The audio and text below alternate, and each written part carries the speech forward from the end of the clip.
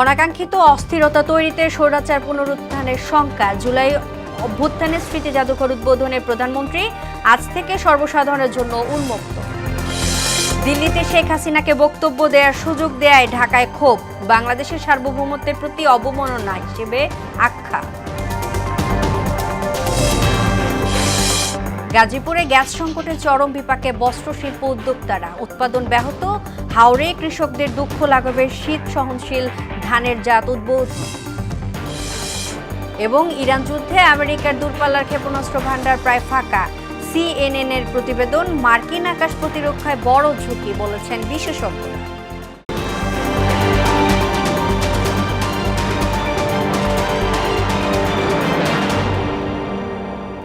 আসসালামু আলাইকুম, স্বাগত মোহনার সংবাদে। এতক্ষণ শুনছিলেন শিরোনাম, পুরো সংবাদের সঙ্গে আছি আমি তাজরিন নাহার মুক্তি। শুরুতে রক্তাক্ত জুলাই প্রসঙ্গ।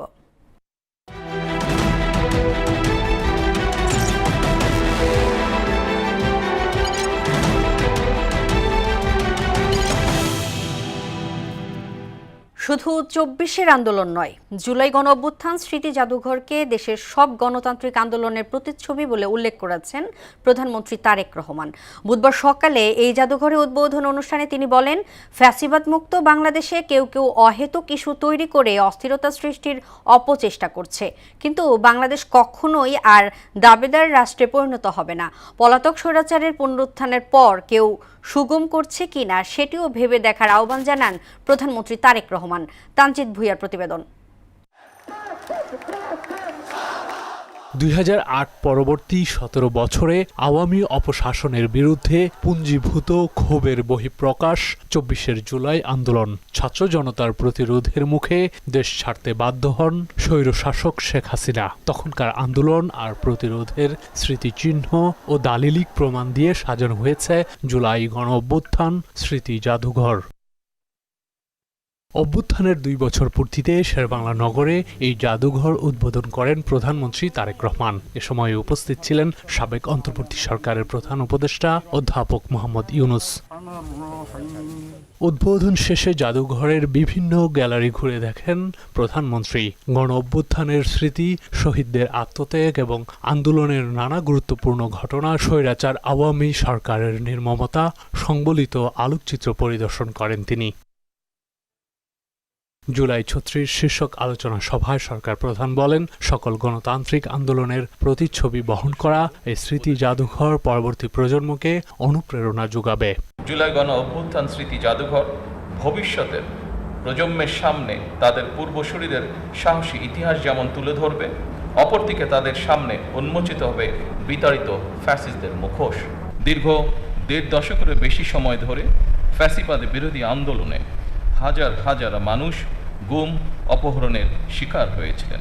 কোনো এক গোষ্ঠী বা দল নয়, গণতন্ত্রকামী সব জনগণকেই ২৪-এর গণ অভ্যুত্থানের মহানায়ক হিসেবে উল্লেখ করেন তিনি। ২০২৪ সালের গণ অভ্যুত্থান কোনো একক ব্যক্তি, গোষ্ঠী কিংবা দলের নয়। এই অভ্যুত্থানের মহানায়ক বাংলাদেশের গণতান্ত্রিকামী জনগণ। ১৯৭১ সালের মুক্তিযুদ্ধ ছিল স্বাধীনতা অর্জনের, আর ২০২৪ সালের গণ অভ্যুত্থান ছিল দেশ এবং জনগণের স্বাধীনতা রক্ষা। দেশের গণতান্ত্রিক জনগণ আশা করে এই জাদুঘর কোনো একটি দল, গোষ্ঠী বা ব্যক্তির একক রাজনৈতিক ভাষ্য প্রতিষ্ঠার স্থান হবে না। জুলাই গণ অভ্যুত্থানে আহত জুলাই যোদ্ধাদেরকে সরকারি হাসপাতালে বিনামূল্যে চিকিৎসা সেবা প্রদান করা হচ্ছে। স্বাক্ষরিত জুলাই সনদ এবং গণভোটের আকাঙ্ক্ষা বাস্তবায়নে সরকার কাজ করছে বলেও এ সময় জানান প্রধানমন্ত্রী। ফ্যাসিবাদ মুক্ত বাংলাদেশে কেউ কেউ অহেতুক ইস্যু তৈরি করে দেশে অস্থিরতা সৃষ্টির অপচেষ্টা শুরু করেছে।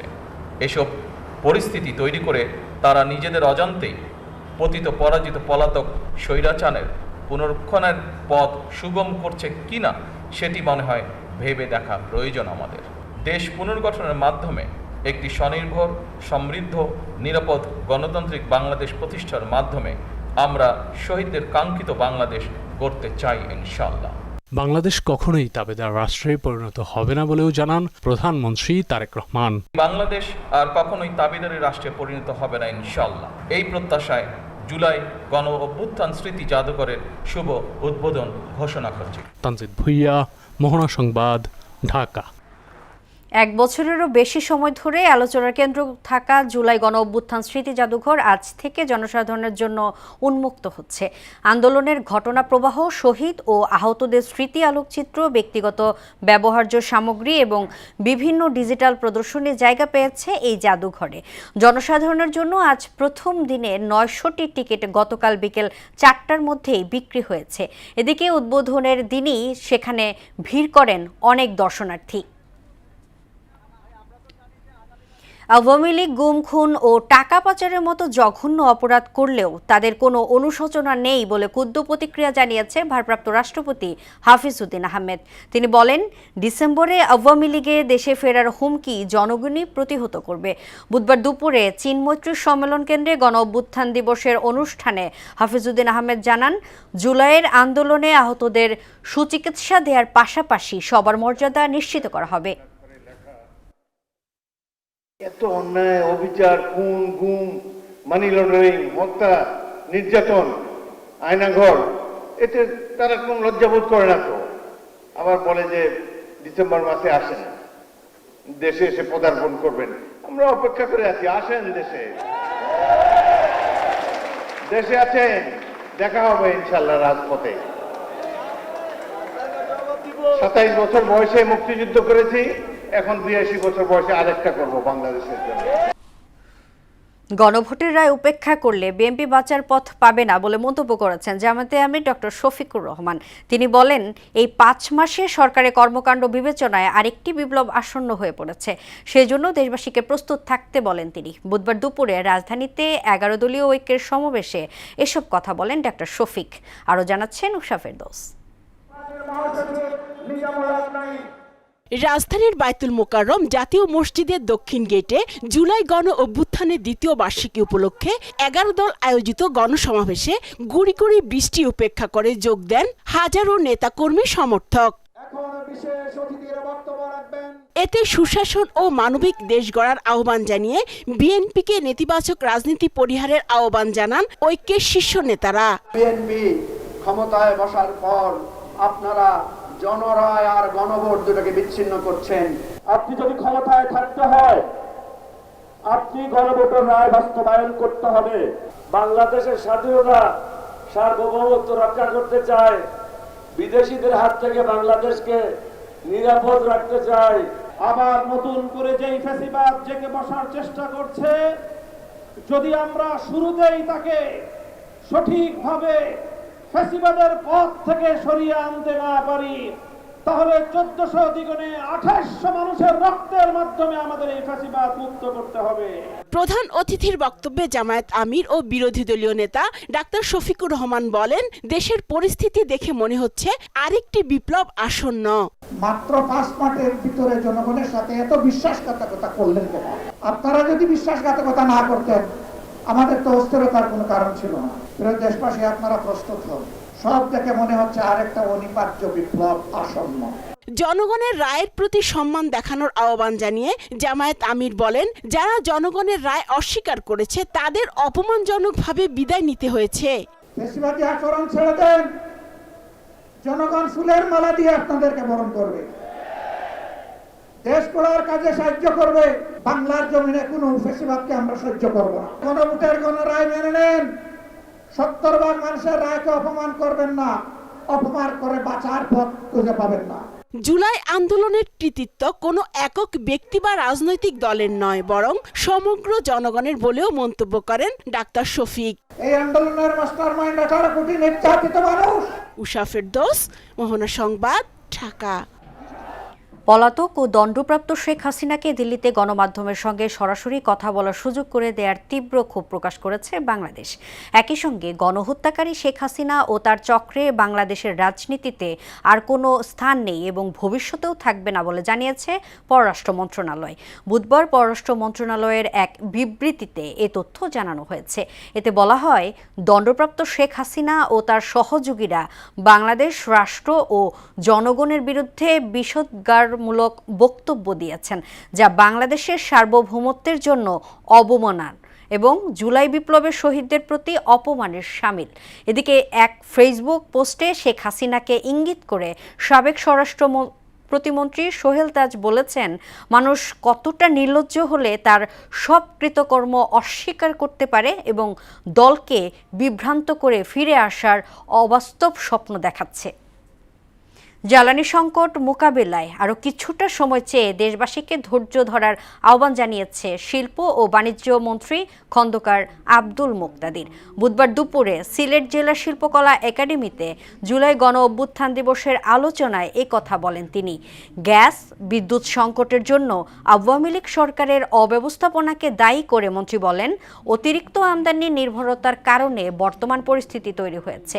বিদ্যুৎ সরবরাহ নির্বিচ্ছিন্ন রাখা এবং বিনিয়োগ আকৃষ্ট করতে সরকারকে কিছুটা সময় দেওয়ার আহ্বান জানান তিনি।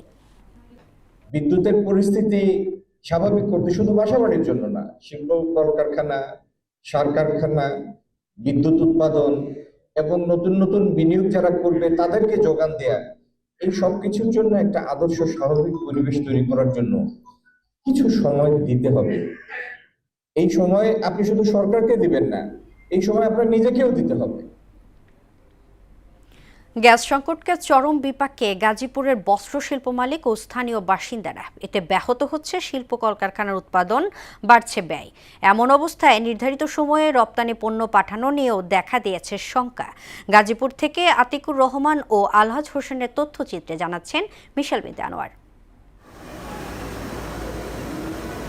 গাজীপুরে তীব্র গ্যাস সংকটে ব্যাহত হচ্ছে শিল্প কারখানার উৎপাদন। পর্যাপ্ত সরবরাহ বা গ্যাসের চাপ না থাকায় বন্ধ রাখতে হচ্ছে আধুনিক সব যন্ত্রপাতি। কোথাও বয়লার চালু হতে দীর্ঘ সময় লাগছে, আবার কোথাও বারবার থেমে যাচ্ছে উৎপাদন। গ্যাস সংকটের প্রভাব পড়েছে ওয়াশিং ও ফিনিশিং বিভাগেও। কাজ বারবার থমকে যাওয়ায় কমছে কাজের গতি। ওভারটাইম বন্ধ হওয়ায় দুশ্চিন্তায় সাধারণ শ্রমিকরা। গ্যাসের মিটার একেবারে জিরো, এটা কোনো সময় আপনার দেখা যাচ্ছে 0.5 PSI, কিন্তু এই প্রেসারে আমরা বয়লার চালাতে পারি না। গ্যাস সমস্যার জন্য এই স্ট্যান্ডার্ড মেশিন আমরা টোটালি চালাতে পারতেছি না। আমরা 4 ঘন্টা কাজ করি, আমাদের 5টায় ছুটি দিয়ে দেয়, ওভারটাইম নাই। শিল্প মালিক ও কর্মকর্তারা বলছেন, বিশ্ববাজারে সময় মতো পণ্য পাঠাতে না পারলে পোশাক শিল্পে এর বিরূপ প্রভাব পড়বে। উৎপাদন ব্যাহত হচ্ছে, এটার জন্য কিন্তু আমরা আমাদের কাস্টমারের কাছ থেকে, আমাদের বাইরের কাছ থেকে আমি সময় বাড়িয়ে নিতে পারছি না। গ্যাস সাপ্লাইটা রেগুলার হয় খুব ইমিডিয়েটলি, তাহলে হয়তো আমরা অন্তত সার্ভাইভ করতে পারবো। গ্যাস সরবরাহ স্বাভাবিক রাখতে চেষ্টা অব্যাহত আছে বলে জানালেন এই কর্মকর্তা। কিছু কিছু জায়গায় একটু প্রবলেম আছে, আমরা চেষ্টা করতেছি যে সব ঠিকঠাক রাখার জন্য চেষ্টা করতেছি। এদিকে গ্যাস সংকটে চরম ভোগান্তিতে পড়েছেন কালিয়াকৈরের বিভিন্ন শিল্প কারখানা মালিক ও স্থানীয় বাসিন্দারা। গ্যাসের সংকটের কারণে কাজ নাই, মেশিন সব বন্ধ। গ্যাস পাই না, নাকড়ি দিয়ে পুরে রান্না করে খাই। বাবানের খাবার তৈরি করতে পারি না, গার্মেন্টসে ডিউটি যায় তাদের খাবার তৈরি করতে পারি না। দ্রুত এই সমস্যার সমাধান না হলে যে কোনো সময় কারখানা বন্ধ হয়ে যেতে পারে বলে আশঙ্কা শিল্প সংশ্লিষ্টদের। প্রপারলি গ্যাস না পায় সেক্ষেত্রে অর্ডার মিট করতে পারবে না, শিপমেন্ট ডেট মিট করতে পারবে না। শিপমেন্ট ডেট যদি মিট করতে না পারে তাহলে ক্রয়োদেশ বাতিল করবে ক্রেতারা, এবং ক্রয়োদেশ বাতিল করলে তো আলটিমেটলি প্রোডাকশন বন্ধ হয়ে যাবে ফ্যাক্টরি। লাইনের সমস্যার কারণে এই সংকট দেখা দিয়েছে উল্লেখ করে কবে এর সমাধান হবে তা সঠিকভাবে বলা যাচ্ছে না বলে জানালেন এই কর্মকর্তা। এলএনজি ভরতে পারছে না, যার ফলে আমাদের গ্যাস সিস্টেমে ন্যাশনাল গ্রিডে গ্যাস আসতেছে না এবং বিকাশ সিস্টেমে গ্যাস ঢুকতেছে না। কারখানার উৎপাদন ও বাসাবাড়ির গ্যাস সচল রাখতে সরকার দ্রুত উদ্যোগী হবে বলে প্রত্যাশা এলাকাবাসী ও শিল্প মালিকদের।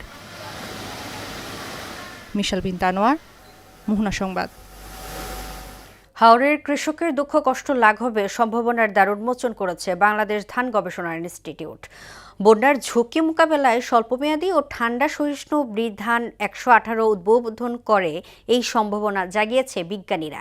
বাংলাদেশ ধান গবেষণা ইনস্টিটিউট বরিশাল আঞ্চলিক খামারে চলছে এই জাতের ধানের চারা রোপণ কার্যক্রম। তারিকুল ইসলাম তহিনের প্রতিবেদনে জানাচ্ছেন মাহমুদ আক্তার। জলবায়ু পরিবর্তনের প্রভাবে প্রতি বছর আগাম বন্যায় ভেসে যায় কৃষকের কষ্টের ফসল। এক নিমেষেই নিঃশেষ হয়ে যান তারা। তাদের দুঃখ ঘোচাতে স্বল্পমেয়াদী বন্যা ও ঠান্ডা সহিষ্ণু ব্রি ধান 118 উদ্ভাবন করে বাংলাদেশ ধান গবেষণা ইনস্টিটিউট। সেই ধানের চারা রোপণে ব্যস্ত বরিশালের ধান গবেষণা ইনস্টিটিউটের কৃষকরা। এপ্রিলের আগেই এই ধান তোলা সম্ভব হবে। বৈজ্ঞানিক কর্মকর্তারা বলেন, বরিশাল অঞ্চলে 3 হেক্টর জমিতে নতুন জাতের ধান রোপণ হচ্ছে, যার মাধ্যমে 10 টন বীজ উৎপাদন হবে। হাওড় অঞ্চলে বন্যায় কৃষকের ক্ষতি হয়েছে। এই ক্ষতির হাত থেকে সামনে বড় মৌসুমে রক্ষা করবার জন্য এই জাতটির অত্যন্ত কার্যকরী। এটার প্রজনন পর্যায়ে যে ঠান্ডা সহনশীলের যে সক্ষমতা আছে সেটা বিদ্যমান। কৃষক যাতে এই বীজটা পায় সেটা নিশ্চিত করার জন্য আমরা আগাম এই আমনে বীজ উৎপাদন করতেছি, যাতে হচ্ছে যে অক্টোবরের ফার্স্ট উইকের মধ্যে আমরা কৃষকের কাছে বীজ পৌঁছায় দিতে পারি। আগামী বড় মৌসুমে কৃষকের হাতে তুলে দেওয়া হবে বলে জানান বৈজ্ঞানিক কর্মকর্তা। ধান গবেষণা ইনস্টিটিউট সিদ্ধান্ত নিয়েছে আমরা বরিশাল অঞ্চলে আমাদের বিশাল 30 হেক্টরের ফার্ম আছে, এখানে আমরা আমন মৌসুমে বীজ ধান 118 বীজ উৎপাদন করে এই বীজটা নিয়ে হাওড় অঞ্চলে আমরা আগামী বড় মৌসুমে অক্টোবর মাসের প্রথম সপ্তাহে ইনশাল্লাহ আমরা এই বীজটা হাওড় অঞ্চলে এটা হাওড়বাসীদের জন্য আমরা সরবরাহ করব। 30 টন বীজ উৎপাদনের লক্ষ্যমাত্রা নিয়ে কাজ শুরু হয়েছে, যার মাধ্যমে 800 হেক্টর জমিতে আগাম বোরো ধান আবাদ করা সম্ভব হবে। মাহমুদা আক্তার, মোহনা সংবাদ। জনবল ও চিকিৎসক সংকট, প্রয়োজনীয় যন্ত্রপাতির অভাব এবং অপরিচ্ছন্ন পরিবেশ, তার উপর দালালের দৌরাত্ম্য, সব মিলিয়ে ভোগান্তির যেন শেষ নেই নরসিংদী জেলার সদর হাসপাতালে। চিকিৎসার মান উন্নয়নের পাশাপাশি দালালমুক্ত পরিবেশের দাবি রোগী ও স্বজনদের। সংকট কাটিয়ে সেবার মান বাড়াতে কাজ চলছে বলে জানালেন হাসপাতাল কর্তৃপক্ষ। মাহবুবুর রহমানের তথ্যচিত্রে জানাচ্ছেন ডলি বিনতে মনোয়ারা। নরসিংদী জেলার চিকিৎসা সেবার প্রধান ভরসা 100 শয্যা বিশিষ্ট সদর হাসপাতাল। প্রতিদিন বিভিন্ন এলাকা থেকে শত শত রোগী আসে হাসপাতালটিতে। এখানে শুরু থেকেই রোগীরা সম্মুখীন হন নানা দুর্ভোগের। এর সাথে যোগ হয়েছে দালালের দৌরাত্ম্য। চিকিৎসার দায়িত্ব কখন যে চলে যায় দালালের হাতে তা রোগী স্বজন কেউ জানে না। রোগীদের অভিযোগ, হাসপাতাল ঘিরে সক্রিয় দালাল চক্র বিভিন্ন ক্লিনিক ও ডায়াগনস্টিক সেন্টারে রোগী নিয়ে যাওয়ার চেষ্টা করে। এতে করে রোগীদের গুনতে হচ্ছে বাড়তি অর্থ। এছাড়া দীর্ঘ অপেক্ষা, প্রয়োজনীয় ঔষধ ও চিকিৎসা যন্ত্রপাতির সংকট এবং অপরিচ্ছন্ন পরিবেশও বাড়িয়ে তুলছে দুর্ভোগ। এছাড়া চুরি, পকেটমারের মতো ঘটনাও ঘটে হরহামেশা। আইসা তো আমরা নিজেই রোগী হয়ে যেতেছি। আমি নিয়ে আসছি ইমার্জেন্সি রোগীদের, তাহলে তো আমি তো পারলে তো প্রাইভেট হসপিটালে নিয়ে যেতে পারতাম। এইখানে আসলে আমরা শুধু খালি দালালের পর দালাল পাই, ওইখানে সুস্থ মতো চিকিৎসা পাইতেছে না। এক্সরে মেশিনটা কেন থাকবে না, আর কেন আমি এই সেবাটা পাবো না? ডাক্তার লিখে দিও বাইরের থেকে করে আসেন, বাইরের তো ওষুধ নিয়ে আসেন। একটা রোগী যদি একটা স্লিপ নিতে যদি 10 মিনিট বের হয় একটা রোগী, তাহলে পিছনের যারা সিরিয়ালে দাঁড়ায় তারা যদি 50 জন থাকে কত ঘন্টা লাগবে? চেম্বারের ভিতরে এরকম একটা বাচ্চা গলা থেকে আমরা সিনকেটে নিয়ে বাচ্চা বলতেছে সিনিয়ে জায়গা। দালাল চক্রের বিরুদ্ধে নিয়মিত অভিযান পরিচালনার কথা জানায় কর্তৃপক্ষ।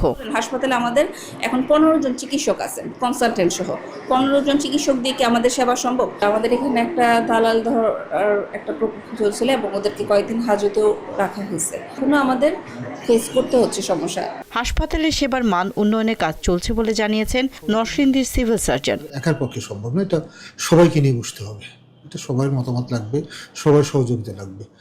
সরকারের সমস্ত উইংস যেগুলো আছে এখানে কাজ করে, সবার সহযোগিতা, ইনশাআল্লাহ এটা সমাধান হয়ে যাবে। এটা অসমাধানের মতো কোনো সমস্যা না আশা করি। দ্রুত সংকট নিরসন করে দালাল মুক্ত ও রোগী বান্ধব হাসপাতাল গড়ে তোলার দাবি সেবা প্রার্থীদের।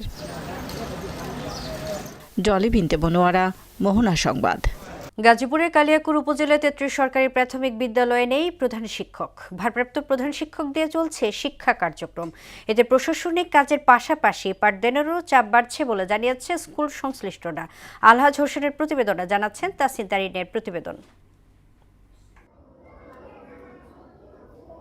গাজীপুরের কালিয়াকৈরে সরকারি প্রাথমিক বিদ্যালয়গুলোতে দীর্ঘদিন ধরে প্রধান শিক্ষক সংকট বিরাজ করছে। উপজেলার 122টি বিদ্যালয়ের মধ্যে 33টিতেই নেই প্রধান শিক্ষক। ভারপ্রাপ্ত প্রধান শিক্ষকের মাধ্যমে চলছে বিদ্যালয়।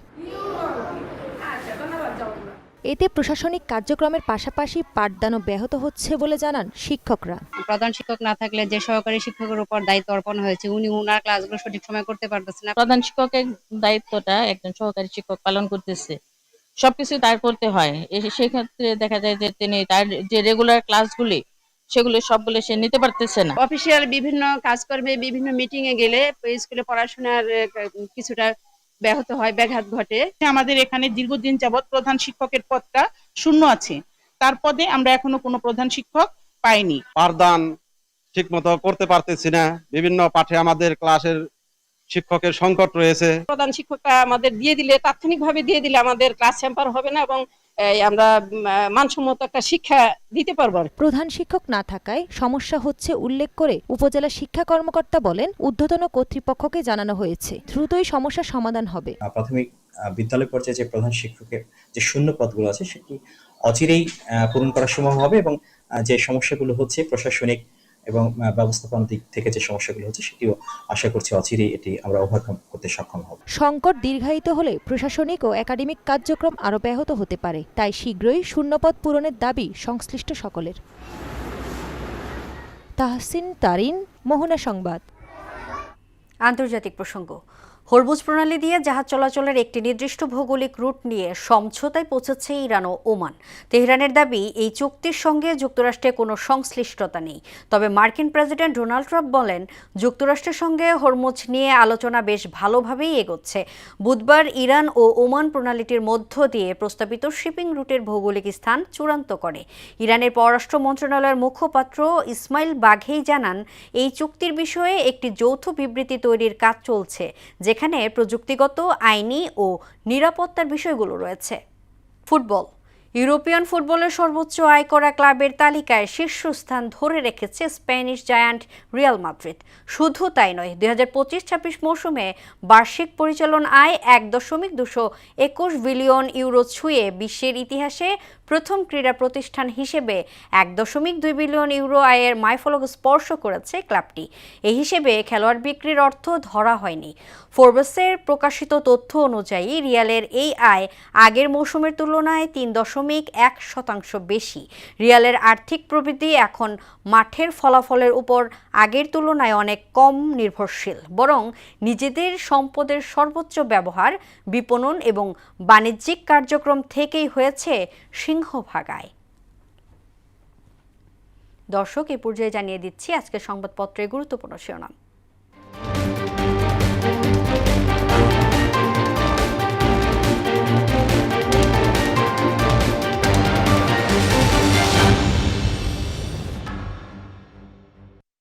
প্রথম আলোর শিরোনাম করেছে, ডক্টর ইউনূসকে বাদ দিয়ে অন্য কাউকে প্রধান উপদেষ্টা করার চেষ্টা হয়েছিল।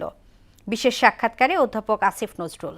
জুলাই স্মৃতি জাদুঘর উদ্বোধন, ফ্যাসিবাদ বিরোধী আন্দোলনে সংঘটিত প্রত্যেকটি হত্যাকাণ্ডের বিচার হবে বলেছেন প্রধানমন্ত্রী। ট্রাইব্যুনালে 71 মামলায় 502 আসামি, পলাতক 315 জন। দৈনিক ইত্তেফাক শিরোনাম করেছে, জুলাই গণ অভ্যুত্থান দিবসে ঐক্য, বিচার ও সংস্কারের প্রত্যয়। জুলাই গণ অভ্যুত্থান রাষ্ট্র পুনর্গঠনের সুযোগ এনে দিয়েছে, দরকার ঐক্য। ভারপ্রাপ্ত রাষ্ট্রপতি। কেউ কেউ অহেতুক ইস্যু তৈরি করে অস্থিরতা সৃষ্টির অপচেষ্টা করছে বলেছেন প্রধানমন্ত্রী। সমকাল শিরোনাম করেছে, গ্যাসের সংকটে পোশাক কারখানায় ছুটি বেড়েছে। ফ্যাসিবাদ বিরোধী আন্দোলনে ঘটা সব হত্যার বিচার হবে। দিল্লিতে শেখ হাসিনাকে কথা বলতে দেয়, ঢাকায় তীব্র ক্ষোভ। বাংলাদেশ প্রতিদিন শিরোনাম করেছে, অ্যালগরিদম ও স্মার্টফোনের যুগে গণতন্ত্র। হরমুজ সংকটে পাল্টাচ্ছে বৈশ্বিক এলএনজি সমীকরণ। আত্মত্যাগের চেতনায় নতুন বাংলাদেশ গড়ার প্রত্যয়। হত্যাকাণ্ডের বিচার হবে স্বচ্ছ বলেছেন প্রধানমন্ত্রী। যুগান্তর শিরোনাম করেছে, হাওর অঞ্চলে শিক্ষার প্রসারের প্রকল্প, উন্নয়নের দেওয়ালে অনিয়মের ফাটল। গণ অভ্যুত্থান দিবসে ভারপ্রাপ্ত রাষ্ট্রপতি বলেছেন, জুলাই যোদ্ধারা মন্ত্রীদের দ্বারে দ্বারে ঘুরবে, এটা লজ্জার।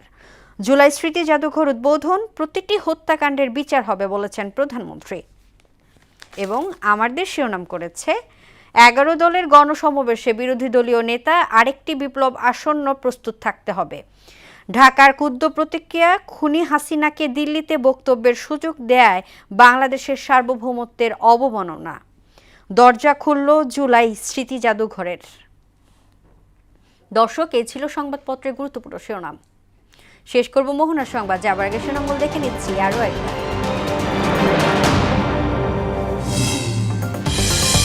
অনাকাঙ্ক্ষিত অস্থিরতা তৈরিতে স্বৈরাচার পুনরুত্থানের শঙ্কা। জুলাই অভ্যুত্থানের স্মৃতি জাদুঘর উদ্বোধনের প্রধানমন্ত্রী, আজ থেকে সর্বসাধারণের জন্য উন্মুক্ত। দিল্লিতে শেখ হাসিনাকে বক্তব্য দেওয়ার সুযোগ দেয়, ঢাকায় ক্ষোভ। বাংলাদেশের সার্বভৌমত্বের প্রতি অবমাননা হিসেবে আখ্যা। গাজীপুরে গ্যাস সংকটে চরম বিপাকে বস্ত্র শিল্প উদ্যোক্তারা। উৎপাদন ব্যাহত, হাওরে কৃষকদের দুঃখ লাঘবে শীত সহনশীল ধানের জাত উদ্বোধন। এবং ইরান যুদ্ধে আমেরিকার দূরপাল্লার ক্ষেপণাস্ত্র ভান্ডার প্রায় ফাঁকা। CNN এর প্রতিবেদন, মার্কিন আকাশ প্রতিরক্ষায় বড় ঝুঁকি বলেছেন বিশেষজ্ঞরা। এই ছিল মোহনার সংবাদে। পরবর্তী সংবাদ দুপুর 1টায়। এর আগে বেলা 11টায় দেখবেন সংবাদ এক নজরে। মোহনার সবশেষ খবর জানতে ভিজিট করুন www.mohana.tv। সংবাদ দেখতে পারেন ফেসবুক ও ইউটিউবেও। এতক্ষণ সঙ্গে থাকার জন্য ধন্যবাদ।